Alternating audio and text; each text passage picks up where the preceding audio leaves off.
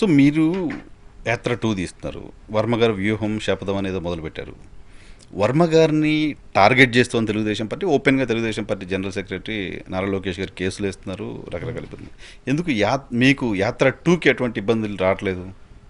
తెలియదండి. ఇప్పుడు I don't know the case of యాత్ర. అంటే వాళ్ళ కాంటెక్స్ట్ తెలియదు, ఎలాంటి సినిమా ఏమి నేను చూడలేదు. I don't know the objections of it. మన మూవీలో ఉండడానికి ఏమి ఉండదండి. I don't think Chandrababu Naidu గారి క్యారెక్టర్ లాంటిది ఏదో చూపిస్తున్నారు. దే మైట్ బి క్యారెక్టర్స్ ఉంటారండి, క్యారెక్టర్స్ ఉంటాయి, కానీ I don't think they will be anything defaming, anything to disagree upon what it is. అంటే ఈచ్ స్టోరీ టెల్లర్ వాళ్ళు హౌ దే ప్రజెంట్. ఇప్పుడు ఉందండి వైఎస్ఆర్ కథని ఇంకెవరన్నా చేసింటే obviously they would have not done it like యాత్ర. Because with the kind of perception what YSR was and who he was, ఇంకా బెటర్గా దే కూడా picturised him as a very courageous man, very rebel man, అట్లా చేసిండొచ్చు. నా సెన్సిబిలిటీకి నేను ఒక కథ చేస్తాను. So by default the way I tell stories, I'm not into mudslinging or అది మనకు అనవసరం అండి. అది ఊరికే ట్రైలర్కి కాంట్రవర్సీకి పనికొస్తుంది, కానీ రేపు మార్నింగ్ షో తర్వాత టికెట్లకు పనికిరాదు. మనము మంచి కథ చెప్తే వాడు కథగా ఎంగేజ్ కావాలా. ఇప్పుడు మనం కూడా ఏదో ఓన్లీ ఇతని క్యారెక్టర్ కదా ఇంతమంది వచ్చి చూసేస్తారని కాదు. మార్నింగ్ షోకి పనికొస్తుంది, మనకి మాట్లాడడానికి పనికొస్తుంది. మార్నింగ్ షో తర్వాత నిజంగా ఓ 2 hours ఎంగేజ్ అయింటేనే మ్యాట్నింగ్ జనాలు వస్తారు. ఈవెన్ మీరు అనుకుంటున్న 30% రావాలంటే కూడా ఆ స్టఫ్ ఉండాల్సిందే. ఫస్ట్ 3% వస్తుంది. 3% వస్తే కూడా అది ఉండాలండి. Morning show is all what. నీకు ఆల్రెడీ తెలిసిన ఇంత మీడియా ఇంత దీనిల వల్ల అటెన్షన్ వల్ల morning show is what people will come. దాని తర్వాత none of this gimmicks would work. జెన్యున్గా వాడు 2 hours ఆ పాత్రలు తెలిసినా తెలియకపోయినా, మేము కథ ఎలా రాస్తామంటే జగన్ అనే క్యారెక్టర్ తెలియకపోయినా కూడా ఓ 2 hours ఒక తండ్రి కొడుకు ఒక యూనివర్సల్ ఎమోషన్తో ఎస్ ఈ సినిమా బాగుంది ఎలా చూడండి ఎంగేజ్ అయ్యాము అనే విధంగా మేము రాస్తాము. It's not catering to one set of people. Other లాంగ్వేజెస్లో కూడా చేస్తున్నారు సార్ దీన్ని? First we want to do Telugu అండి. That's no point in doing multiple అవన్నీ చేయడం అవసరం ఉంటుంది. But it can do well even in other languages. తండ్రి కొడుకు స్టోరీ అనుకున్నప్పుడు I think it will do well. నేను I think it will do well in Hindi if it is done.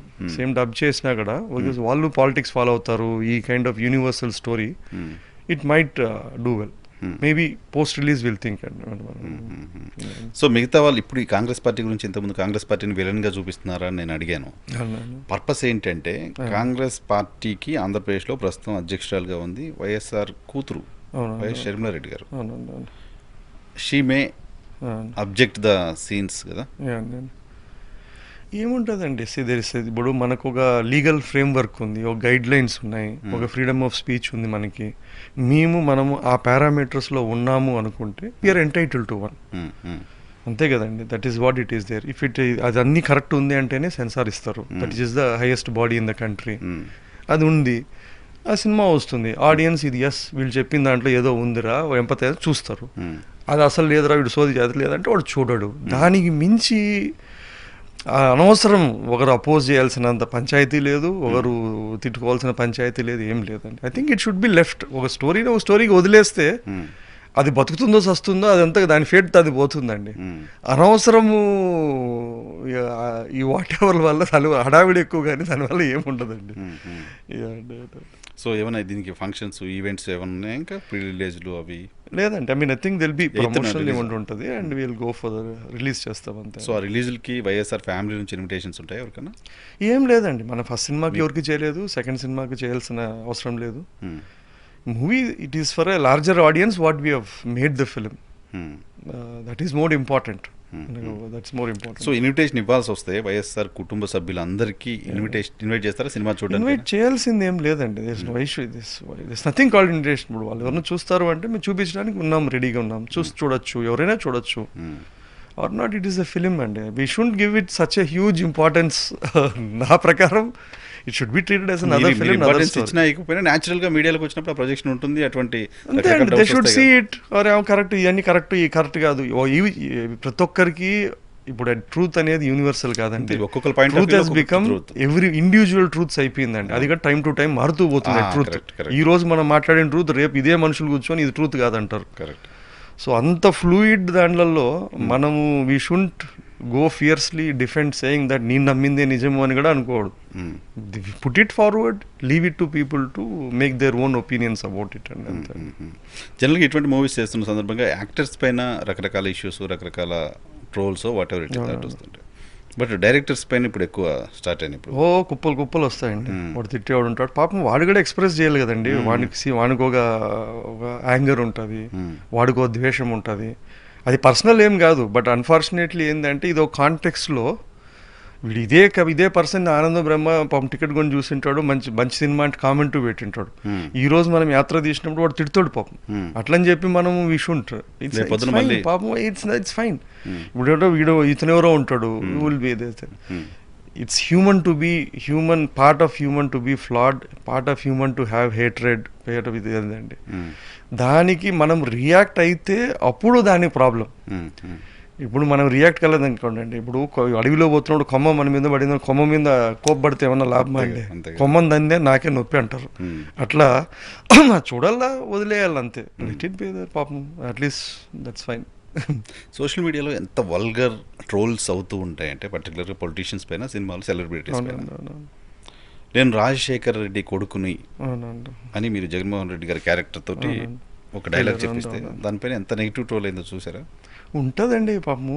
ఇప్పుడు free మనకి ఇంటర్నెట్ చాలా కాస్ట్, వరల్డ్లోనే తక్కువ కాస్ట్ అంట మనకి, చీపెస్ట్. స్మార్ట్ ఫోన్ ఒకటి కాదు 2 పెట్టుకున్నాడు, పని టైం ఉంది. ఏం చేయాలి చెప్పు? ఇప్పుడు కోతికి చెప్పించినట్లు మనకి ఇంటర్నెట్ ఉంది, దానివల్ల మంచి ఉంటుంది, చెడు ఉంటుంది. Let people. ఇప్పుడు ఇంకోటి ఏంటంటే అండి, you have to treat as entertainment. దాన్ని మనం సీరియస్ తీసుకోకూడదు. వాడేదో తిడతాడు, వీడు తిడతాడు, వాడు తిడతాడు, ఓకే, నువ్వు గట్టు మీద కూర్చొని గమ్మునుండు, నీకెందుకు పంచాయతీ? అది వాళ్ళు ఏదో అనుకుంటారు, నువ్వెందుకు ఆవేశపడము? తిట్టేవాడు తిడుతున్నాడు, వాడు ఆవేశపడుతున్నాడు. So it's not in part of my personality అండి. ఇఫ్ సమ్మన్, నేను అన్ని చూస్తా కదా, కామెంట్స్ ఉంటాయి, అన్నీ ఉంటాయండి. నేను దానికి నేను యాంగర్, నేను దానికి కోప్పడాలను, అప్సెట్ కావాలనుకుంటే సరిపోదు.